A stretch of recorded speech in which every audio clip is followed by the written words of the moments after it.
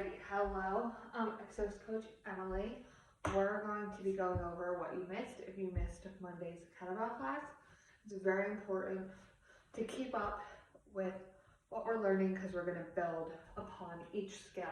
So this first class was a lot of technique and a little bit less intense movement, but it's really important to learn the basics before we move forward. So we're going to need a dowel, a thin PVC pipe, a broom. I have the stick of a Swiffer sweeper. If you have a Swiffer sweeper, they have these nice little tabs here to disconnect the bottom. But if you don't know how to disconnect the bottom of whatever you have, don't worry, it won't be in your way. Then I also have a kettlebell here. So I have a 25-pound kettlebell. If you are a fairly active woman, 20 pounds to 25 pounds is good for you. If you consider yourself on the strong side, 30 pounds would be great. For men, I would say 30 to 40 pounds you'll need for this class. If you do consider yourself a beginner, for the women, I would go no lighter than 15 pounds. And for the men, I would go no lighter than like 20, 25. Because the weight is actually going to help us. It seems a little bit like you would approach it the other way, but it's going to help us. So enough of my talking about that. Email me if you have any questions. We're going to take our broomstick first. Our kettlebell is going to come in later. We're going to take it and we're going to put it on the back of our head. It's going to line up between our shoulder blades, pressing against that thoracic spine. And then it's going to press against our tailbone. So we're going to work on the hip hinge. As I pull my hips back, I'm going to keep these three connection points. So the hip hinge, I pull my hips back, and as I pull my hips back, my body tilts forward and my knees slightly bend, and I come up. So at this bottom point, I'm feeling a nice stretch in my hamstrings, and then I'm pulling my glutes in to stand tall, tight core at the top. So when I'm completing this hip hinge movement, I'm not just bending over, because then do you see that curvature of my spine? If I replace my dowel, I only have one point of contact.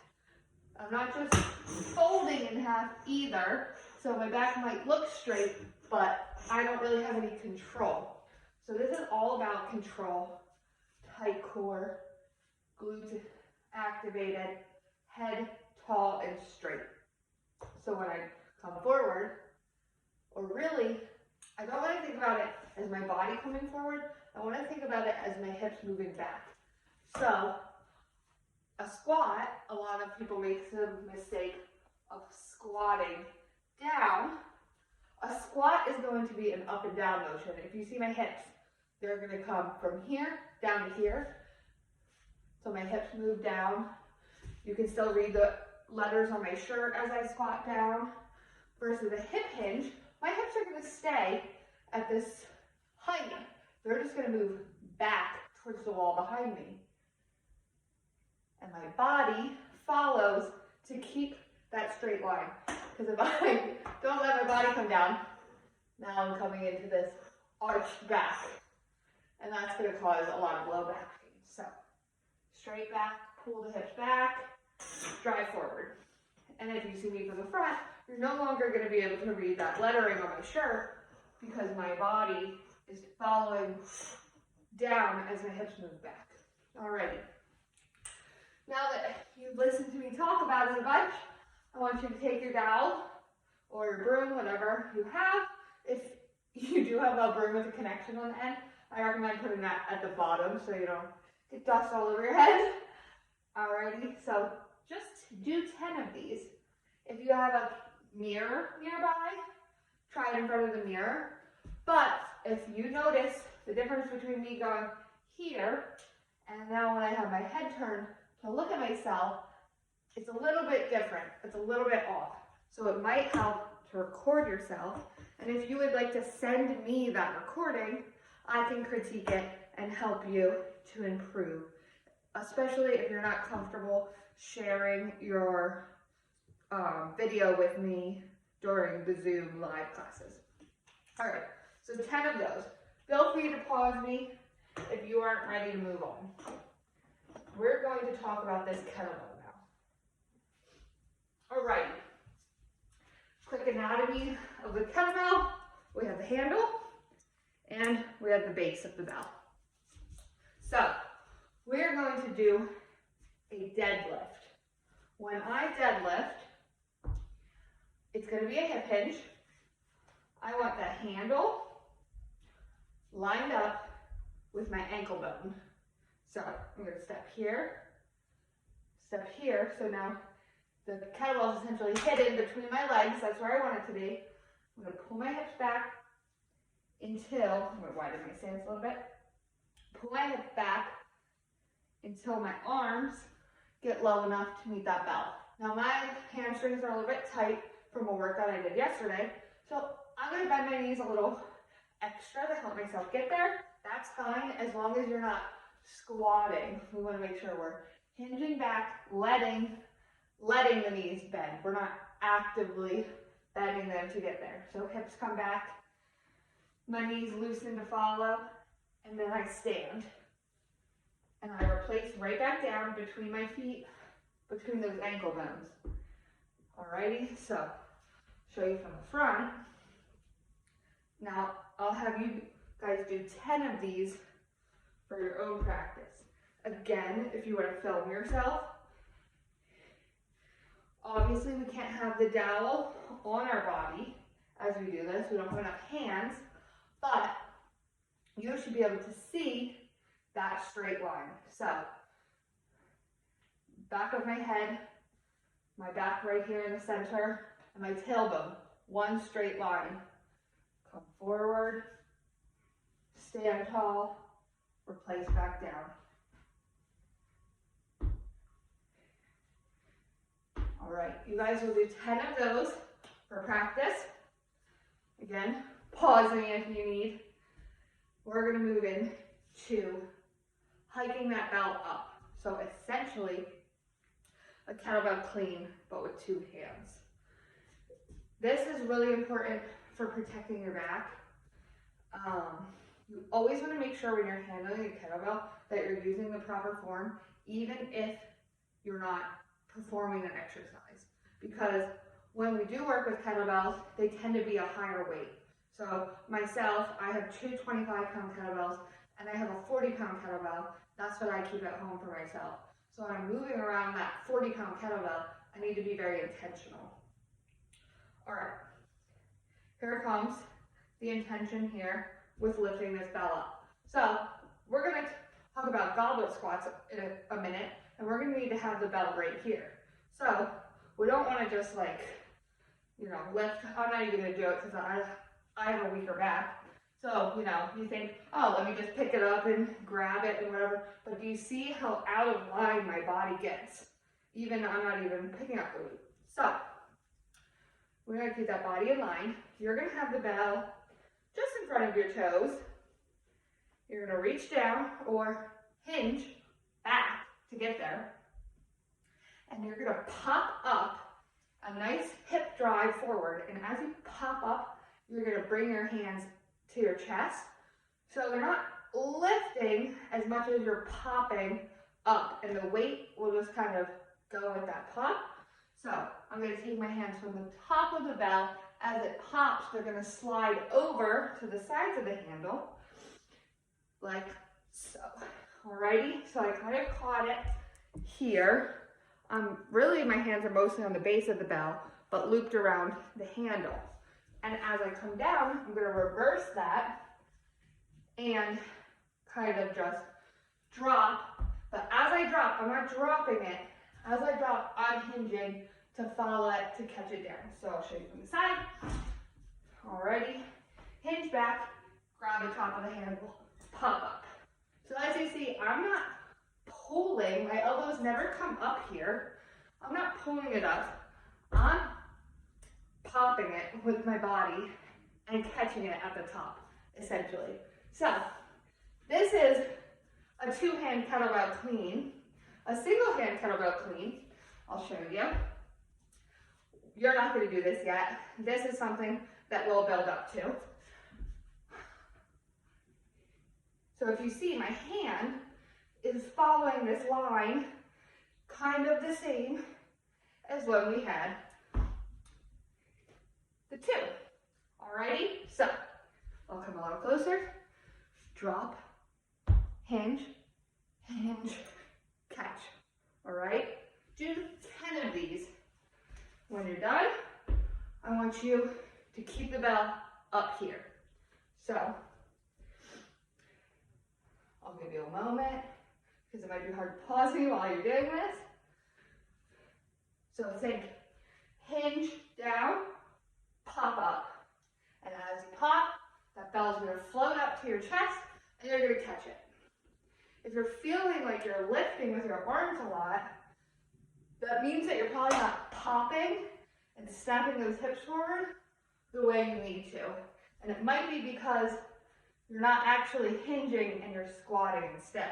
So if I squat down, so letter on my shirt, hinge, squat. If I squat down and try and pull this up, then you see my elbows come. Versus a hinge and a hip snap forward, I pop. Alright. Hopefully I gave you enough time to complete 10 of those cleans. Now we're going to do a goblet squat. So if you need to rest your bell for a second, if your arms are tired, go ahead and rest that bell for a second. Then we're going to clean it up. So hinge back, pop up, catch here, right in the center. See, it's close to my body. My elbows are straight down my right side, but it's not touching my body. I'm not resting it here because then I start arching that back. I'm holding it right here. And I'm going to squat. 10 squats.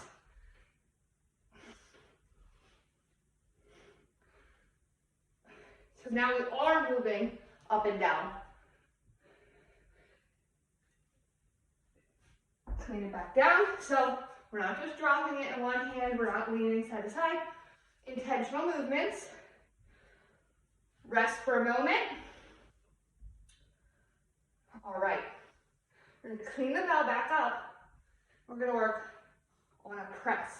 So because we've recommended for everyone to have a heavier bell, because it's more, you can do more with it instead of having to have two lighter bells.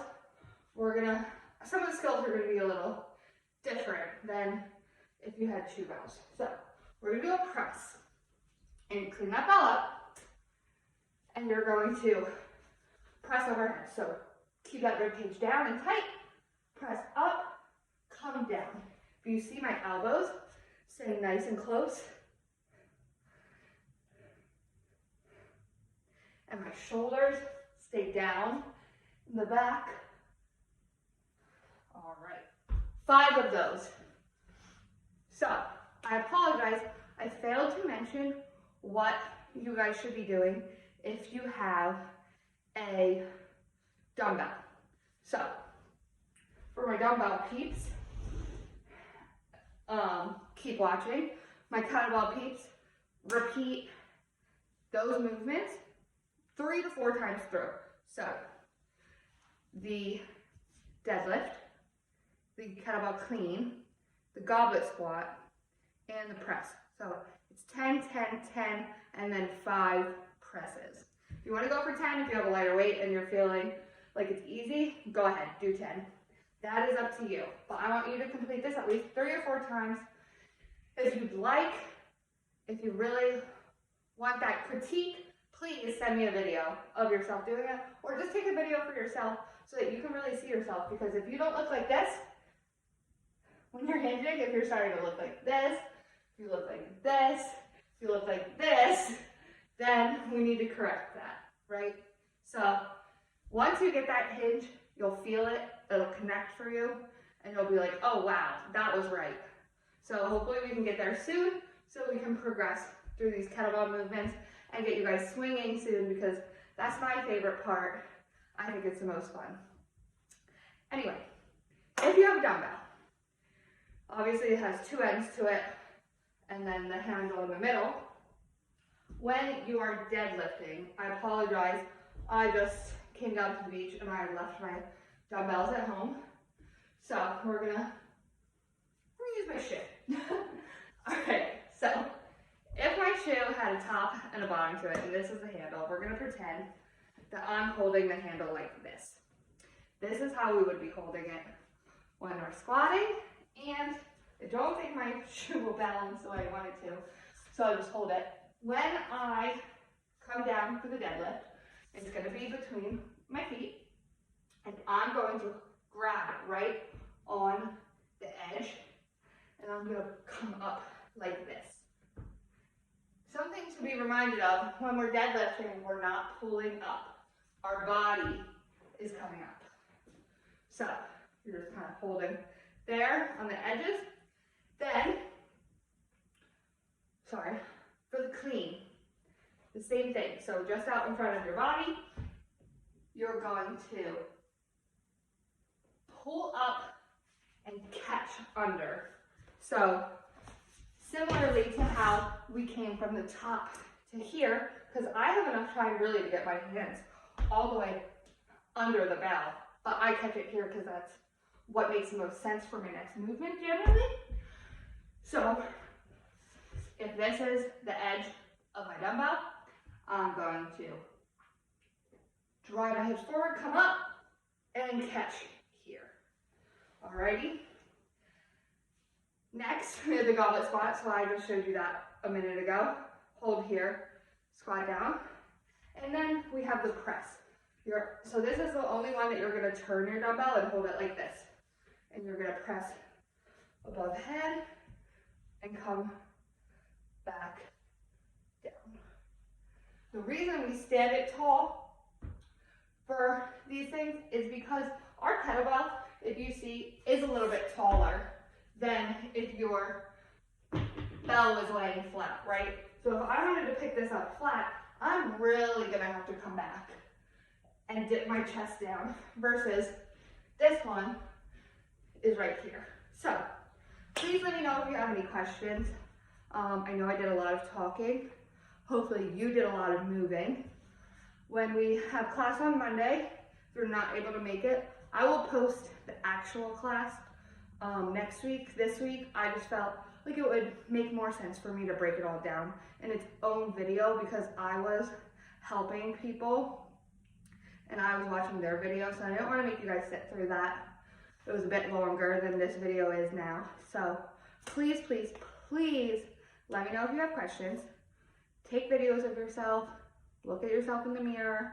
I recommend the video versus the mirror because then you can keep your head in line, versus when you turn your head, it's hard to see if you're really staying connected in that straight line the way you want it. And hopefully I'll see you guys on Monday. Hopefully you enjoyed this video and you learned something. Thank you.